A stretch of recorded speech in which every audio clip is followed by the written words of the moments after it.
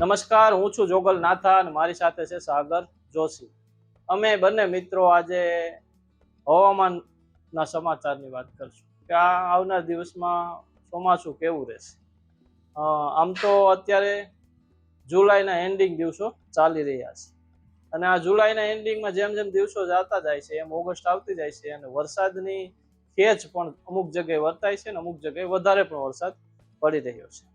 હવે ગઈ વખતે અમે આ વિડીયોમાં તમને બતાવેલું કે ઓલરેડી દેશમાંથી જે બે ભાગમાંથી સિસ્ટમ આવે છે, વરસાદ આવે છે. આવ દેશી ભાષામાં કહું તો અરબી સાગર અને બંગાળની ખાડી. હવે હાલને તકે જે આવેલો છે વરસાદ છે એ બંગાળની ખાડીમાંથી આવે છે અને આવ્યો છે, સિસ્ટમ આવી ગઈ છે જે ડીપ ડિપ્રેશન વગેરે વગેરે થઈ અને અત્યારે ખાસ કરીને તમે આજે 29 તારીખ થઈ છે. આજે 29 તારીખના દિવસે હું જો તમને કહું તો ઉત્તર ગુજરાતમાં અને અરવલ્લીમાં અને અંબાજીમાં, સાબરકાંઠામાં, ડીસામાં વરસાદ પડ્યો છે. ખાસ કરીને મધ્ય ગુજરાતમાં વરસાદ પડ્યો છે. આ બંગાળની સિસ્ટમને કારણે જે મધ્યપ્રદેશથી આખો રૂટ થયો અને ત્યાંથી આખી આવી છે અને હવે એમથી હું તમને એમ કહું ઉત્તર રાજસ્થાન બાજુ જતું રહેશે. કમસે કમ હવે આની અસર 2 દિવસ રહેશે. એટલે તમે એમ સમજો ને કે 30-31 તારીખ સુધી ઉત્તર ગુજરાતમાં, મધ્ય ગુજરાતમાં વરસાદ પડશે. આ વરસાદ છે ને એ બંગાળની ખાડીનો વરસાદ છે. સાદી અને શિષ્ટ આવ સરળ ભાષામાં હું તમને કહું કે બંગાળની ખાડીનો જ્યારે વરસાદ આવે છે ત્યારે સુરત પછી તમને મધ્યપ્રદેશ વાળા આપણા બનાસકાંઠા, આપણો જે દાહોદ, પંચમહાલ, હાલોલ, કાલોલ ના આ વિસ્તારમાં વધારે વરસાદ થાય છે અને એના કારણે ઉત્તર ગુજરાતમાં પણ વરસાદ પડે છે. હવે આ જે આખો વરસાદ છે એ અમદાવાદ, વિરમગામ, બાવડા આ પટ્ટાને પણ થોડો ઘણો આ વખતે લાગુ પડ્યો છે.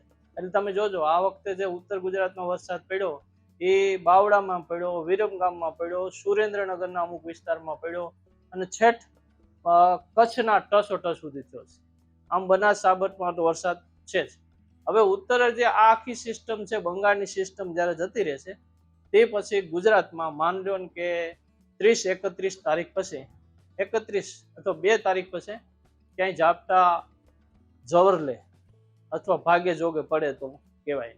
એક ટ્રફ છે, ટ્રફ એટલે સાપના લીસોટા જેવો એક ટ્રફ હોય છે, એને વેધરની ભાષામાં ટ્રફ કહેવામાં આવે છે. આ ટ્રફ છે એ દક્ષિણમાં આપણે ટ્રફ છે. એ ટ્રફ છે ક્યાં છે? તાપી, સુરત, નવસારી, વલસાડ. આ જે આ ટ્રફ છે ને ત્યાં હળવે હળવે વરસાદના ઝાપટા પડે, વરસાદ પડે, 1.5 ઇંચ પડે, 2 ઇંચ પડે, એ પડશે. દક્ષિણમાં વરસાદ પડશે, 2 ઇંચ પડશે, 1.5 ઇંચ પડશે, ઝાપટા પડશે, વ્યારામાં પડે, સોનગઢમાં પડશે, ત્યાં પડશે. પણ એ ટ્રફ ક્યાં સુધી છે? આપણા સુરત આજુબાજુ સુધી છે. એની અસર કોઈ આપણા સૌરાષ્ટ્રના નથી થતી. કોઈ એવું કહેતું હોય કે આ અસર સૌરાષ્ટ્રમાં થશે ને. ઘણા સમય પહેલા એવું હતું, ટ્રફ ઘણી વખત આપણે સોમનાથ બાજુ હોય છે, એટલે કે હું આ જે અરબ સાગર વાળી ત્યાં ટ્રફ હોય છે, તો એને લીધે ઘણી વખત સતત જુનાગઢ, અમરેલી ત્યાં વરસાદ પડતો હોય છે. ઘણી વખત ટ્રફ 15-15 દિવસ ટકેલો હોય છે. પણ આ વખતે એવું કશું નથી. એટલે સૌરાષ્ટ્રના જે આ વિસ્તાર હું તમને કહું છું ત્યાં ખાલી ને ખાલી 2 દિવસ સુધી ઝાપટા પડશે. એ અમુક સેન્ટરમાં પડશે, અમુકમાં તો કશું નથી પડવાનું, એવું કશું લાગતું નથી. હવે વાત રહી આ સિસ્ટમ જતી રહેશે તે પછી એક હજી 2-3 તારીખ પછી કઈ સિસ્ટમ આવશે, ક્યારે શું થશે એ હજી કઈ એવું કઈ નક્કી નથી કે મેપોમાં, વેધરમાં એમાં ચિત્રમાં હજી કઈ એવું કોઈ અનુમાન લગાવી શકે. આવનાર દિવસમાં સૌરાષ્ટ્રમાં જે જુનાગઢ છે, અમરેલી છે, ભાવનગર છે ને સુરેન્દ્રનગરનો થોડો પટ્ટો, રાજકોટ, આ બધામાં વરસાદની તંગી વર્તાશે. કેમ કે હાલને તકે જે વરસાદ પડ્યો એ કદાચ આ બાજુ થોડો ઘણો પડ્યો છે અમરેલી, આપણે રાજકોટના પટ્ટામાં કે સુરેન્દ્રનગરના પટ્ટામાં કે મોરબીમાં, કામાં ત્યાં, બરાબર બધે નથી. જામનગરમાં નથી, કચ્છમાં નથી, જુનાગઢમાં નથી, રાજકોટના મોટા ભાગમાં નથી, અમરેલીના મોટા ભાગ વિસ્તારમાં નથી, ભાવનગરના બી થોડા વિસ્તારોમાં છે. જો 1 ઓગસ્ટ અથવા 2 ઓગસ્ટ કે 5મી ઓગસ્ટ સુધી વરસાદી કોઈ માહોલ નહીં બનાય તો તંગી સર્જાશે.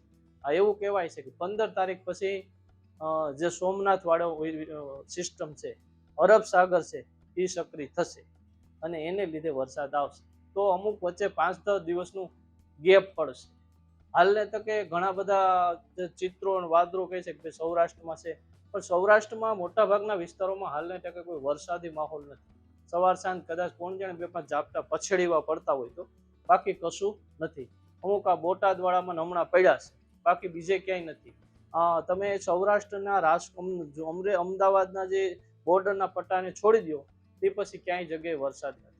જો સોમનાથ વાળી સિસ્ટમ, અરબ સાગર વાળી સિસ્ટમ આવશે તો સૌરાષ્ટ્રને વરસાદ પડશે. બાકી સૌરાષ્ટ્રમાં આવનાર દિવસમાં તમે જે દેશી ભાષામાં કહો તો પાણીની તૈયારી કરવી હોય તો કરી લેજો. કેમ કે જો આવું ને આવું રહેશે તો મગફળી મોટી થશે, પાક મોલાયત મોટો થશે અને વરસાદની તંગી અનુભવાશે. પાણી પાવું પડશે. વરસાદ હવે જેમ જેમ સમય જશે એમ વરસાદ વધુ જશે. વરસાદ નહીં હોય તો ઘણી બધી ખેંચ અનુભવાશે. આમ ભી જે દેશી લોકો છે, જે પરંપરાગત જે લોકો જોઈ છે, મેં એના ઘણા બધાના ઇન્ટરવ્યુ કર્યા, મોહનભાઈ દલસાણિયા હોય કે વગેરે વગેરે, એ લોકોનું એવું કહેવાનું હતું કે ઓગસ્ટમાં થોડી ઘણી ક્રાઇસિસ થાય. આઈટમ માટે 7 ઓગસ્ટથી માંડી અને 21 ઓગસ્ટ સુધી વરસાદનું આઘું પાછું થાય, એવું ઢીલો પોચું રહે, એવું બની શકે. એટલે એવું કદાચ આવનાર સંજોગોમાં સૌરાષ્ટ્રમાં ઓગસ્ટ મહિનામાં વરસાદનું ખેંચ અનુભવી શકાય એવું બની શકે. જો અરબ સાગરવાળી સિસ્ટમ ન આવે તો સૌરાષ્ટ્રમાં આ વસ્તુ શક્ય છે. આવનાર દિવસમાં ક્યારે સિસ્ટમ આવશે એ કહેવું મુશ્કેલ છે. કેટલાક લોકો એવું કહે છે કે 1 મહિનામાં એટલો વરસાદ પડ્યો, બરાબર છે.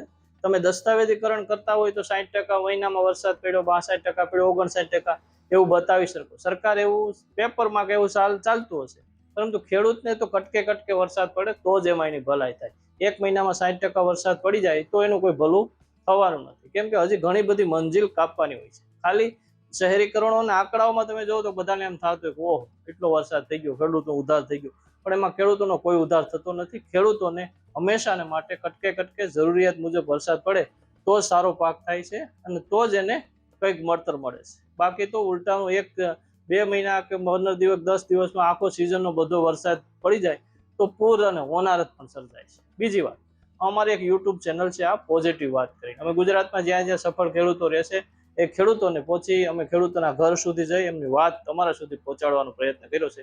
તમે જો સોશિયલ મીડિયામાં નવરા બેઠા હોય ક્યારેક ટાઈમ કાઢતા હોય તો એક વખત અમારી પોઝિટિવ વાત છે એની ઇન્ટરવ્યુ લેજો. અમે 18 સફળ ખેડૂતોના ઇન્ટરવ્યુ કર્યા છે અને અમે એવું માનીએ છીએ કે અમારા વિડીયો જોઈ લોકો કંઈ શીખે, પ્રેરણા લે. અને તમને કંઈ પણ એવો પ્રશ્ન હોય તો આ કોમેન્ટમાં લખજો. બસ આટલું. ઓગસ્ટના આખા વરસાદની વાત અમે એક નવો વિડીયો બનાવશું, એમાં કરશું. ત્યાં સુધી મને રજા આપો.